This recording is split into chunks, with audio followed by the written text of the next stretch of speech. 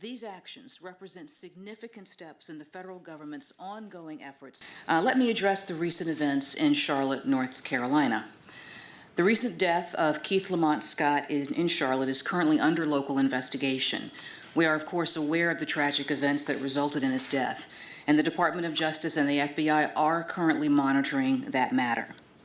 Now, for the second day in a row, protests in response to Mr. Scott's death took place in Charlotte last night, and for the second day in a row, those protests were marred by violence, this time leaving one person on life support and several individuals injured. An awful reminder that violence often only begets violence.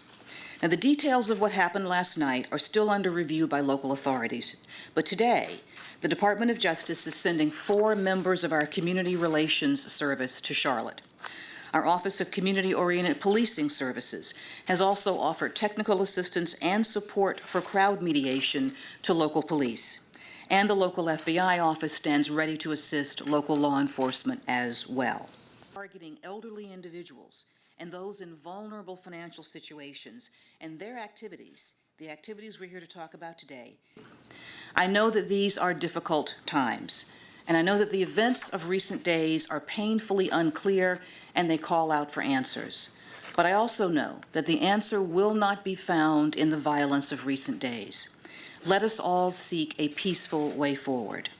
Now, most of the demonstrators gathered last night were exercising their constitutional and protected right to peaceful protest in order to raise issues and to create change. We need your voice. We need your passion. We need your commitment. But I urge those responsible for bringing violence to these demonstrations to stop, because you're drowning out the voices of commitment and change, and you're ushering in more tragedy and grief in our communities. I'm here today to announce a series of major law enforcement actions against companies. Now, the tragic events in Charlotte and in Tulsa, Oklahoma earlier this week once again have underscored the divisions that persist between law enforcement officers and the communities that we serve, particularly communities of color. And one of my top priorities as Attorney General has been to do everything in my power to help heal those divides.